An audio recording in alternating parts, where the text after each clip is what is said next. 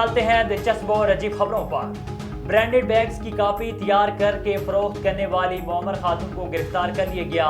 Media reports के मुताबिक Tokyo से ताल्लुक रखने वाली 64 साल नामालूम खातून ने चंद साल कबल शहर के इलाके कातोशिका में अपनी छोटी सी बैग की दुकान खोली थी, जहां वो खुद के बनाए हुए बैग्स फरोख्त कर रही थी। ताम कारोबार ज्यादा मुनाफा बख्श नहीं था और कोरोना वबा के दौरान कारोबार नुकसान में जाने लगा।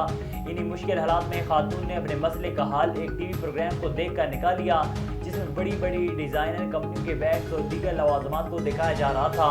ये देखकर खातून ने उनकी नकल तैयार करने का फैसला किया। मसनूई ज़हानत से तैयार टेक्नोलॉजी ने सिर्फ अमली कामों में इंसानों का मुतबादिल है, बल्कि मसनूई ज़हानत से तैयार रोबोट्स को रोमानवी ताल्लुकात के लिए भी इस्तेमाल किया जा रहा है।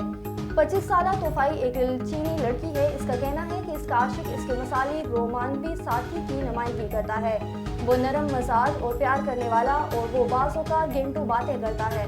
कुरान हकीम ने बार बार निशानदेही की है कि इंसान आदम और हवा की औलाद हैं और ज़मीन पर अल्लाह का कुंबा है।